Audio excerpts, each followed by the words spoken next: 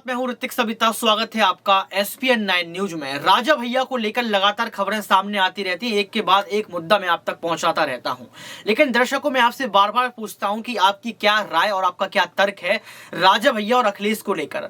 राजा भैया ने जिस तरीके से मैनपुरी खतौली में अपना प्रत्याशी नहीं उतारा, डिंपल को बधाइयां दी, अखिलेश से भैया मानते हैं, नेताजी के पैर छूते थे। लगातार देखा जाता है कि राजा भैया भले ही सामने से माइक पकड़कर अखिलेश का नाम ना लेते हो, लेकिन इसके बावजूद भी लगातार देखा जाता है कि अखिलेश की तारीफ भी करते हैं, अखिलेश का साथ भी देते हैं और अखिलेश के लिए कहीं ना कहीं आवाज भी ऊंची कर देते हैं। लेकिन राहुल हमारे साथ मौजूद है, उनसे भी कई सारे सवाल लेंगे। लेकिन देखना यह है, क्या महागठबंधन होगा? क्या राजा भैया अखिलेश यादव साथ आएंगे? क्या गठबंधन करके निकाय चुनाव जीत पाएंगे? और अगर राजा भैया, मायावती, जयंत चौधरी, चंद्रशेखर आजाद, केजरीवाल, अगर तमाम नेता एक साथ जुड़ गए, मैंने केजरीवाल का जिक्र इसलिए किया क्योंकि अखिलेश के साथ केजरीवाल की तस्वीर आपने देखी होगी। अगर महागठबंधन हो जाएगा तो क्या फिर नरेंद्र मोदी को दिक्कत हो जाएगी? क्या फिर मोदी सरकार गिर जाएगी? क्या फिर विपक्ष की सरकार बन जाएगी? ये तमाम सवाल हम राहुल से लेंगे। लेकिन पहले सवाल राहुल आपसे यही लिया जाएगा कि आप मुझे बताइए कि राजा भैया अगर अखिलेश के साथ आते हैं तो क्या बड़े फैसले हो सकते हैं? बहुत बहुत शुक्रिया आपका। देखिए, सबसे बड़ी बात, अगर मैं राजा भैया की बात कर रहा हूं तो राजा भैया इन दिनों उत्तर प्रदेश में लगातार एक्टिव है। कुंडा से निर्दलीय विधायक राजा भैया, जिनका एक वक्त में सिक्का पूरे उत्तर प्रदेश में चला करता था, चाहे बसपा की सरकार रही तब चलता था, उत्तर प्रदेश में समाजवादी पार्टी की सरकार रही तब चलता था। तो यहाँ पर हम क्या देख रहे हैं कि अब परिवर्तन हुआ। योगी की सरकार जब से आई है उसके बाद से राजा भैया का दबदबा कम होता चला गया, गुंडा राज खत्म होता चला गया। बाहुबली जो मजबूत थे या बाहुबली जो रंगदारी वसूला करते थे, लूट खसोट, सब योगी सरकार में बंद हो गया। आज विपक्ष घबराया हुआ है, आज बाहुबली घबराए हुए हैं, आज अपराधी घबराए हुए हैं। उत्तर प्रदेश में 100 दफा सोचते हैं कोई भी अपराध करने से पहले, क्योंकि उन्हें पता है कि बाबा की सरकार है, सीधा एनकाउंटर कर देती है, जेल तो बहुत दूर की बात है।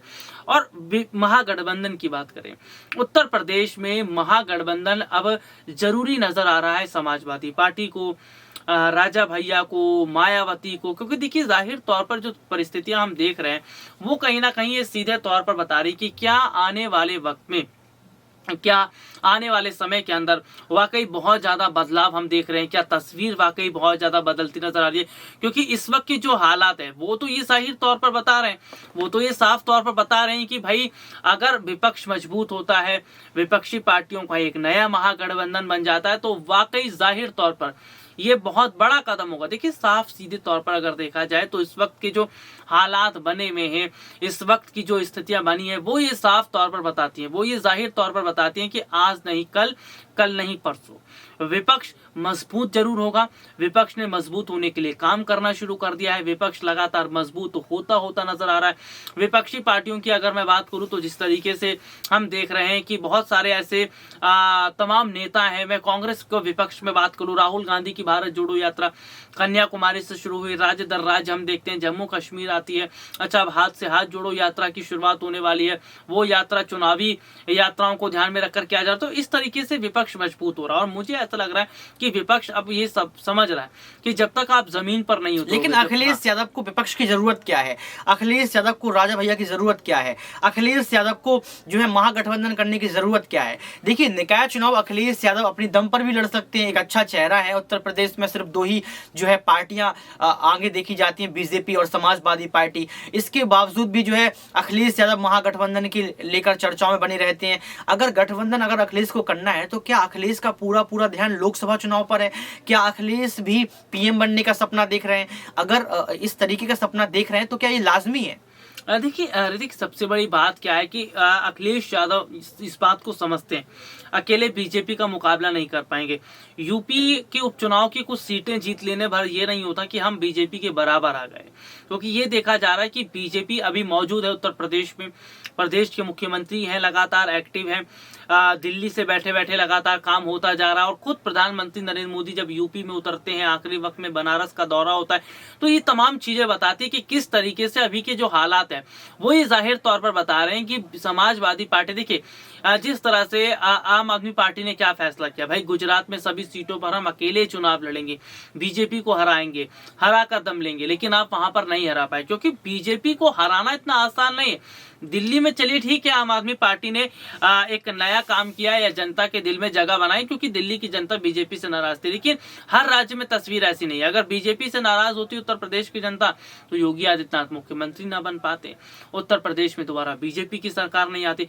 तो अभी की तस्वीर क्या है कि समाजवादी पार्टी अकेली पार्टी है नहीं है जो सामना कर पाएगी बीजेपी का, इसीलिए वो तमाम पार्टियों के साथ मिलकर, तमाम नेताओं के साथ मिलकर एक नई रणनीति बना रही है। और मुझे लग रहा है कि पूरा विपक्ष अगर एकजुट हो जाएगा तो वोट एक जगह इकट्ठा होंगे, और वोट एक जगह इकट्ठा होंगे तो बीजेपी के लिए मुश्किल पड़ेगी। ये बड़ी बात है। लेकिन सबसे बड़ी बात निकल कर ये भी आती है कि अखिलेश यादव कहीं ना कहीं लोकसभा चुनाव की भी गारंटी दे रहे हैं। जिस तरीके से बड़ा दावा केशव प्रसाद मौर्य ने ठोक दिया है कि आंकड़ा 60 और 40 का होने वाला है, यानी कि 60% वोट बीजेपी को मिलना है और 40% वोट में तमाम पार्टियां, गठबंधन, महागठबंधन सिमट कर रह जाएगा। जबकि केशव प्रसाद मौर्य को अखिलेश यादव ने जो है ऑफर भी दिया था कि 100 विधायकों को लेकर आइए और सीएम बन जाइए। इस ऑफर को केशव प्रसाद मौर्य ने ठुकरा दिया, ब्रजेश पाठक ने भी ठुकरा दिया। राजा भैया लगातार अखिलेश के साथ नजर आते हैं, लेकिन अप्रत्यक्ष रूप से नजर आते हैं।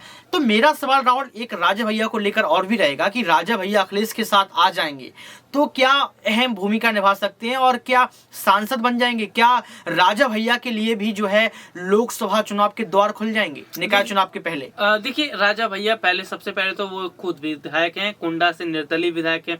और दूसरी सबसे बड़ी बात क्या है कि राजा भैया अगर सीटों को लेकर बड़ा गठबंधन करते हैं तो ये एक अच्छी बात रहेगी, क्योंकि राजा भैया हम क्या देख रहे हैं कि कुछ वक्त से समाजवादी पार्टी को पर्दे के पीछे रहकर समर्थन कर रहे हैं। भाई वो चाहते तो यूपी के उपचुनाव में कई सीटों पर अपने उम्मीदवार उतार सकते थे, मायावती चाहती तो अपने उम्मीदवार को उतार सकती थी, लेकिन नहीं उतारा। क्यों? क्योंकि ये बीजेपी और सपा की लड़ाई है। तो इस वक्त में विपक्षी पार्टियां जिस तरह से एक साथ आ रही हैं, यूपी निकाय चुनाव में भी हम देख रहे हैं कि कोई विपक्ष नहीं आ रहा, केवल समाजवादी पार्टी और बीजेपी चले। विपक्ष को पता है कि हम विपक्ष के खिलाफ ही हो जाएंगे तो नुकसान हमारा ही होगा, इसीलिए विपक्षी पार्टियां एकजुट होकर एक नया वोट बैंक बनाने की कोशिश कर रही हैं। इसीलिए विपक्षी पार्टियां मजबूत होकर नया वोट बैंक पर काम कर रही है। जिस तरह से मायावती ने अपने जन्मदिन पर प्रेस कॉन्फ्रेंस की, विपक्ष को साथ आने की बात की, अखिलेश यादव भी जो है विपक्ष को मजबूत करने का काम कर रहे हैं। चाचा शिवपाल यादव इस बात को समझ गए कि प्रसपा का रूल उत्तर प्रदेश में नहीं है, इसलिए प्रसपा को इकाई को भंग करते हैं, समाजवादी पार्टी में चले आते हैं।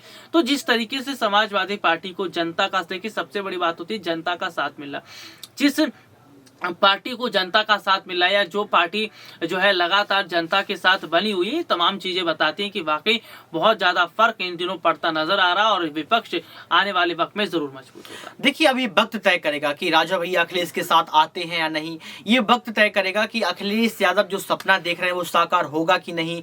अखिलेश यादव निकाय चुनाव से दूर दूर दिख रहे हैं, यानी कि रैलियां चल रही हैं, तैयारियां चल रही हैं, लेकिन पूरा ध्यान लोकसभा चुनाव पर है। अखिलेश दावा ठोक देते हैं। देखिए, लोकसभा चुनाव को लेकर अखिलेश यादव कभी केजरीवाल के साथ नजर नहीं आए, लेकिन अब अखिलेश यादव केजरीवाल के साथ फोटो भी क्लिक करवा लेते हैं, वायरल भी फोटो हो जाती है और तमाम चीजें निकलकर ऐसी आ रही हैं। उत्तर प्रदेश की सियासत से बात कर लो, दिल्ली की सियासत से बात कर लो, पूरा सियासी समीकरण की अगर बात करें तो ये सियासी समीकरण लोकसभा चुनाव 2024 पर टिका हुआ है, जहां कांग्रेस पार्टी लगातार भारत जोड़ो यात्रा कर रही है, हाथ से जोड़ो हाथ अभियान कर रही है। वहीं देखा जाए तो तमाम छोटे छोटे क्षेत्रीय दल भी पूरी कोशिश कर रहे हैं कि वो किसी बड़ी पार्टी के साथ जुड़कर गठबंधन, महागठबंधन कर ले और अपनी सरकार बना ले। लेकिन दोस्तों, आप बताइए राजा भैया की क्या अहम भूमिका हो सकती है अखिलेश के साथ?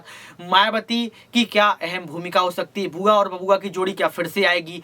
जयंत चौधरी किस तरीके से जो है चुनाव में प्रबल दिखेंगे? चाचा शिवपाल को कौन सा बड़ा पद मिल सकता है? और क्या क्या तैयारियां यहाँ पर लोकसभा चुनाव को लेकर महागठबंधन कर सकता है? आप जरूर कमेंट में लिखें।